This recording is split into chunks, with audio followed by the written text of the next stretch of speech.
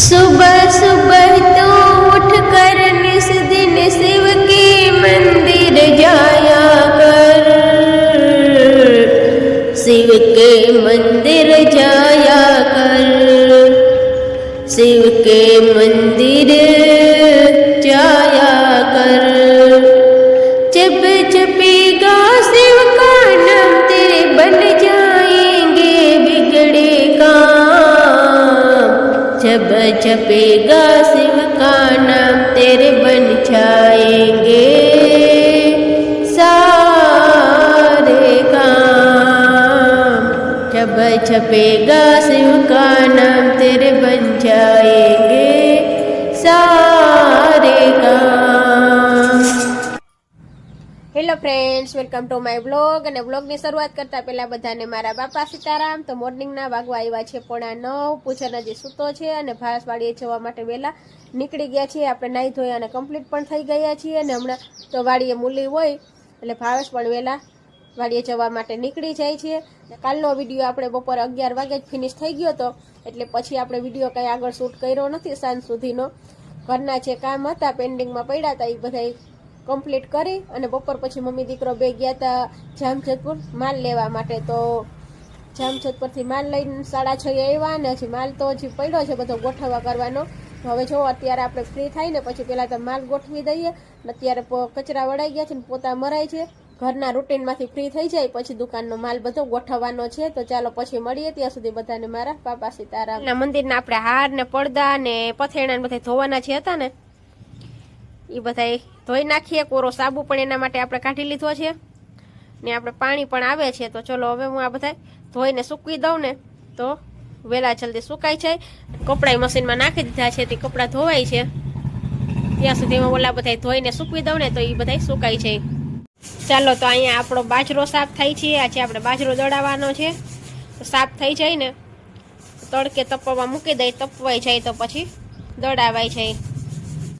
વાગ્યા છે 11 અને આપણે રસોઈ બનાવવાનો ટાઈમ થઈ ગયો છે। તો આપણે જવું છે રસોઈ બનાવવા ને ભાવેશ 12 વાગે ને ત્યાં તો ટિફિન લેવા આવી જાય, કેમ કે મૂલી હોય એટલે મૂલીની હારે પછી એ પણ છૂટા થઈ જાય એટલે ટિફિન લઈ જાય। તો પછી બે ભાઈ ત્યાં જમી લે। તો મારે રસોઈ બનાવવા જવાનું છે ને પૂજન જસ્ટ હજી જાગ્યો ને તો કે મમ્મી હું છે ને નાહી ધોઈને કમ્પ્લીટ થાવ ને ત્યાં સુધીમાં તો ચા બનાવી નાખ ને। તો ભાખરીને એવું તો કંઈ નથી બનાવવું એવી નાસ્તો, પણ ચા ને ગાંઠિયાનો નાસ્તો લઈ લઈએ ને તો પછી બપોરે થોડુંક જમાય, ન પછી બપોરનું જમવાનું બગડશે। એટલે આપણે ચા ને ગાંઠિયાનો નાસ્તો કરી લીધો છે ને હવે જાઉં છું રસોઈ બનાવવા। તો ચલો રસોઈ બનાવી લઈ પછી મળીએ, ત્યાં સુધી બધાને મારા બાપા સીતારામ।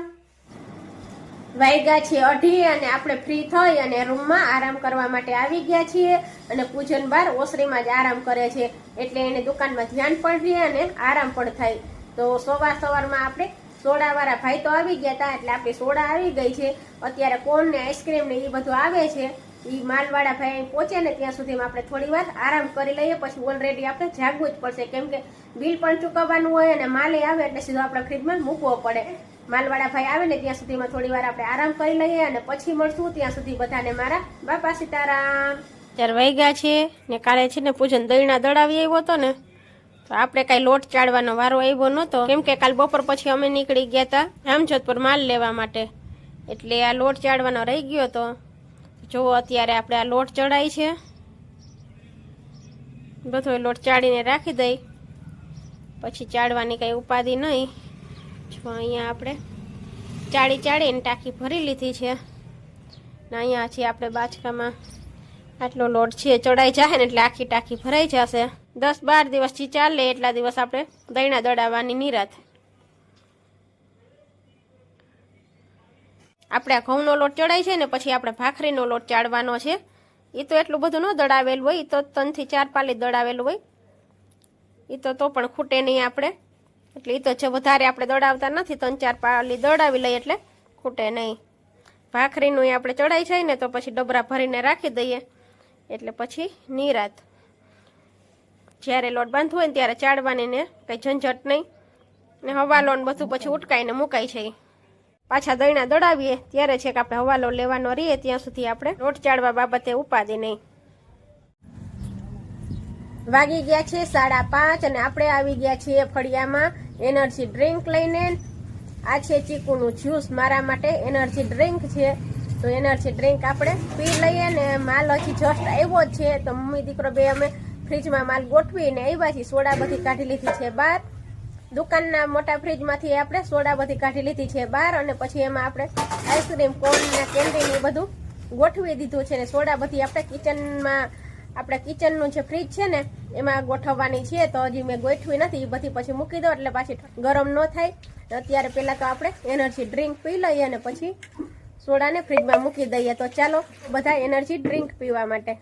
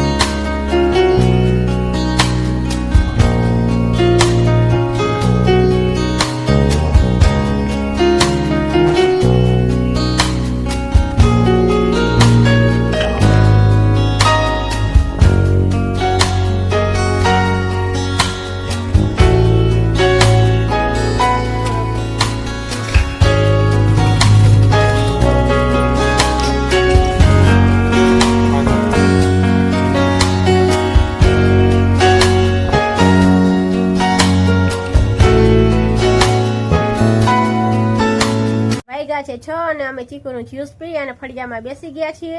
પૂજાને પેલા તો કોણ ખાધો ને પછી ઉપરથી ચીકુનું જ્યુસ પીધો ને હવે પછી એના પપ્પાને ને કાકાને તેડવા માટે વાડીએ ગયો છે.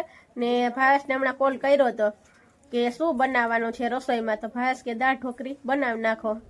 તો આપણે દાળ ઢોકરી બનાવવાની છે. તો ચલો હવે હું છે ને દાળને બાફવા મૂકી દઉં ને પછી ઢોકરીના વઘાર માટેના બધા મસાલાને બધું કમ્પ્લીટ કરી લઉં. તો ચાલો હવે હું રસોઈની તૈયારી કરું. ત્યાં સુધી બધાને મારા બાપા સીતારામ. ચાલો હવે આ બધી સોડા છે ને એ આપણે કિચનના ફ્રીજમાં જગ્યા કરી અને પછી મૂકવાની છે. તો હું છે ને પહેલાં તો કિચનના ફ્રીજમાં જગ્યા કરી લઉં અને પછી જગ્યા કરીને પછી બધી ગોઠવી દઈએ.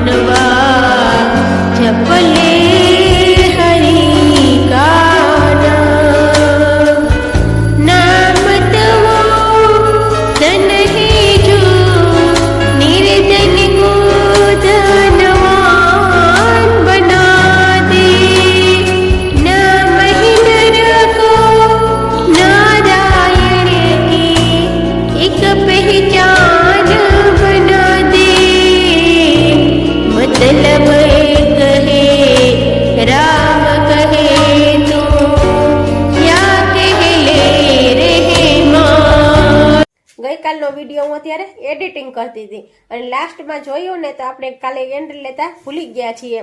તો હવે આપણે પહેલાં તો છે ને અત્યારે કાલના વિડીયોનો એન્ડ લઈ લઈએ એટલે વિડીયો સેવ થઈ જાય ને પછી બપોર પછી તો આપણે 4 વાગે આપણો વિડીયો ઓલરેડી યુટ્યુબ પર આવે જ છે એટલે અપલોડ કરવા મૂકી દઈએ. તો ચાલો આ સાથે જ આપણે વિડીયોને અહીંયા એન્ડ કરીએ છીએ. વિડીયો પસંદ આવ્યો હોય તો પ્લીઝ વિડીયોને લાઈક કરજો. ચેનલ પર નવા આવ્યા તો ચેનલને સબસ્ક્રાઇબ કરી લેજો. મળશું આવતીકાલે એક નવા જ વિડીયો સાથે. ત્યાં સુધી બધાને મારા બાપા સીતારામ. વાગ્યા છે 5:30 અને આપણે આવી ગયા છીએ વાગ્યા છે 5:30 અને આપણે આવી ગયા છીએ વાગ્યા હું